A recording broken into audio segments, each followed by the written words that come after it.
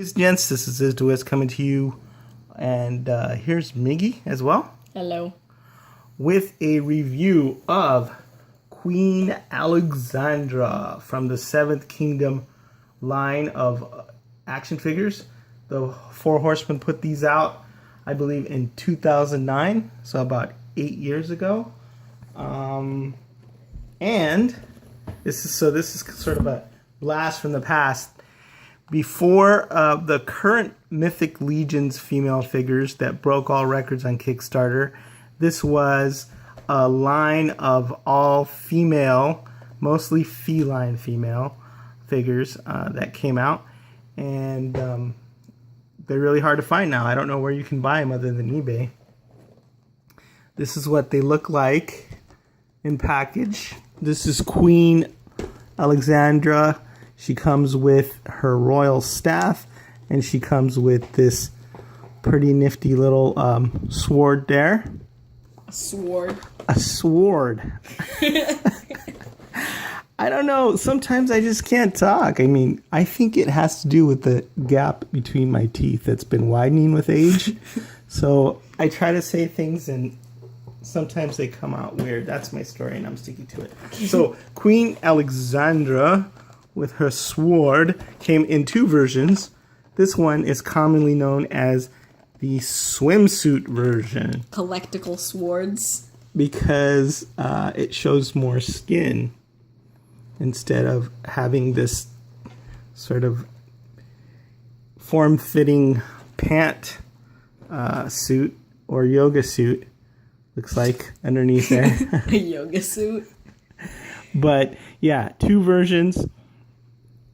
The regular version, and then what's commonly known as the swimsuit Alluxandra, which I don't think that's her real name, but it's the one with that shows a little bit more skin. The bio says, "A Drakignor, the kingdom of women and men, is a kingdom forever in turmoil. The Bloodmane clan, governed by Queen Alluxandra, has recently reclaimed its influence over the kingdom from the malevolent reign of the Ironspine clan. The focus of Alexandra's rule is her undying commitment to unity among the kingdoms, a sharp contrast to the Ironspine's isolationist law. Alexandra wears a coin from each of the kingdoms as a constant reminder of her yearning for peace. To date, Alluxandra feels that her greatest achievement is her United Guard, a united peacekeeping force representing the 5 active kingdoms. Alexandra's hope is that her United Guard will pave the way toward a permanent peace among all of the kingdoms." Ironspine? Ironspine. Isadora Ironspine is Queen Alexandra's evil nemesis. Ironspine. Yes, you can see all the good and bad other members of her royal guard. It doesn't show. There's Isadora of the Ironspine clan, and she's the big bad. And then you have Silisk. She's not a big bad character. She's just the big bad. Batathir, Chromius, Bigara, Octobria, Akuli, Ravia, Zwira, and Kokora, which I guess we can go ahead and review those later. I've got Ravia back here. So she'll show, you can also see what the feline members of the Royal Guard look like. Instead of having a royal scepter, she has this very cool spear, and she has sword. A sword. No, she has the same sword as Queen Alluxandra. And Queen Alluxandra also has this really, really long hairdo, and it's got some blades at the end of it. So I don't know, maybe when she's fighting, she whips those around and slices. Maybe when she's walking, she actually slices herself. No, she's protected by her yoga suit. Yeah, she's protected by the yoga suit or the loincloth. Oh, you can see the different coins on her belt. Seventh Kingdom is about a story of 7 kingdoms, and she's apparently trying to unite them. She's got a Looks like a dagger there on her belt. That does not come off. She's got a little belt pouch there. Everything is really nicely painted and nicely detailed.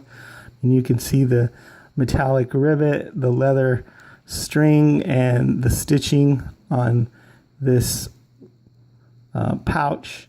The belt is nice. The symbol on the belt is really cool. This is just, some of the greatest sculpting that the Four Horsemen have ever done. They don't. You can see back there she's got a couple of other daggers as well. They're covered up by this cloak, fur cloak. Made from a Yeti. Or a polar bear, or, whatever. That's terrible. Polar bears are endangered. Okay, maybe not a polar bear. But she's just chock full of details everywhere on the hilt of the dagger. I don't know where her little sword went. Sword? Her sword? Her sword is gone. But she's been on display as the Regal Queen for, did I say 2009? For the past 8 years. So I'm guessing that I just put her sword in a fodder box. I really like all the details on her armor right here on her chest, as well as some of the cool metallic details. She's got some blades here also on the side of her hand. So when she elbows people, it's like really deadly. Right, when she drops the elbow. And her articulation is hindered somewhat because of the cloak, but she's got the regular shoulder articulation. She's got the bicep swivel. She's got double jointed elbows here, and she's got a wrist swivel. Her hands are sculpted nicely to hold her sword, and I'm going to say sword from now on, her sword and her staff. The neck has a good range of motion, side to side, and a little hand. Oops. I decapitated her, but no problem. We can just put her back side to side. So if you can take off the cloak. Yeah, that's true. I guess you can. So you can have more range of motion. You know what? Can you not take off the cloak? I guess the cloak. You could probably take off the cloak, but it's kind of glued on there, and since it's an old rare figure, I don't want to mess with it. The helmet's really cool. She's got this nice symbol. I really like her hairdo. The paint and the metallics are top notch. She's been, like I said, out on display for 8 years, so she might have a little bit of dust on her. But if you want one of these, you're in luck, because Miguel has decided that he's going to put some of my figures up on eBay. I have officially run out of room. And my wife has told me that if I get any new figures, I have to sell old ones, because inflow must equal outflow. Yeah, that's what she says. Inflow must equal outflow, and I have my entire collection in one room, and the room is chock full. So I do have some doubles, carded doubles, that I'm going to put up, and Miguel's going to sell on eBay. I've only sold one figure ever in my life on eBay, but Miguel's decided that he thinks it's a good idea to put them up. This one also has a different cloak. Oh, yeah, I didn't notice that. The cloak is different on the swimsuit version of Alluxandra. It's a different color. It's like a brown or like a tan on the outside and a black on the inside. Huh. So anyway, I'll let you guys know and when I put these up. Hopefully soon. Want to compare them to some of the other figures out. This, I forget what line this is from, but she fits in rather nicely.